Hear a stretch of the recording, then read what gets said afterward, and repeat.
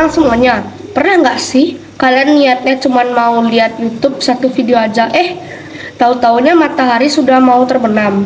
Terus pas ibu manggil buat belajar, rasanya kakinya berat banget buat jalan ke meja belajar. Buku pelajaran yang biasanya seru, kok tiba-tiba jadi kelihatannya membosankan banget ya? Apa jangan-jangan HP kita punya sihir? Tenang, bukan sihir kok. Ada penjelasan ilmiahnya. Yuk kita cari tahu bareng-bareng. Di dalam otak kita itu ada pasukan kecil yang namanya hormon endorfin. Anggap saja mereka ini pasukan sorak yang bikin kita merasa senang dan nyaman. Nah, saat kita main game atau lihat video lucu, pasukan ini langsung pesta pora. Mereka keluar banyak banget dan bilang ke otak kita, wah ini asik banget, jangan berhenti. Main HP itu cara paling gampang buat otak kita merasa tenang dan happy tanpa perlu capek-capek. Sementara kalau belajar, otak kita harus bekerja bakti dulu. Baru deh bisa merasa senang kalau sudah paham. Jadi otak kita yang pintar ini malah milih cara yang paling gampang deh. Ayo ngaku, siapa yang pernah marah-marah atau sampai menangis pas HP-nya diminta ayah atau ibu? Itu bukan karena kalian anak nakal kok, tapi karena saat main HP otak kalian lagi nggak nyaman karena si endorfin tadi.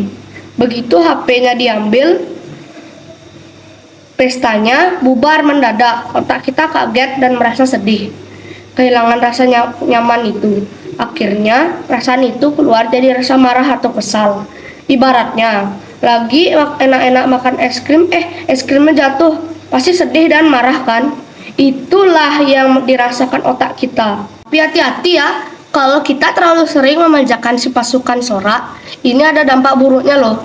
Pertama, mata kita jadi cepat lelah dan perih. Kedua, kita jadi sulit konsentrasi. Otak kita jadi terbiasa pengen yang cepat dan seru. Jadi kalau baca buku yang tenang, otak kita malah ngantuk.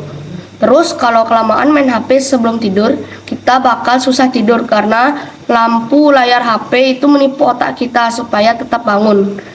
Akibatnya besok pagi di sekolah kita jadi malas dan lemas deh. Eits, tunggu dulu. Tapi jangan takut sama HP ya. HP itu sebenarnya alat yang hebat kalau kita tahu cara pemakaiannya.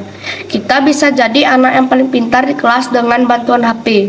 Kita bisa belajar bahasa Inggris lewat lagu, lewat video, percobaan sains yang keren, sampai belajar menggambar lewat tutorial. Dampak baiknya, kita jadi tahu banyak hal yang nggak ada di buku sekolah.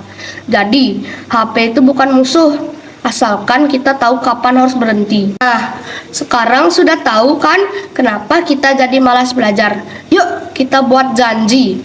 Mulai sekarang kita batasi waktu main HP-nya. Kita selesaikan dulu tugas sekolah. Baru deh, boleh main sebagai hadiah buat otak kita. Percaya deh, kalau kalian bisa mengatur waktu, kalian akan jadi anak yang keren dan juga pintar. Terima kasih sudah menonton. Kalau video ini bermanfaat, jangan lupa like, share, dan subscribe ya.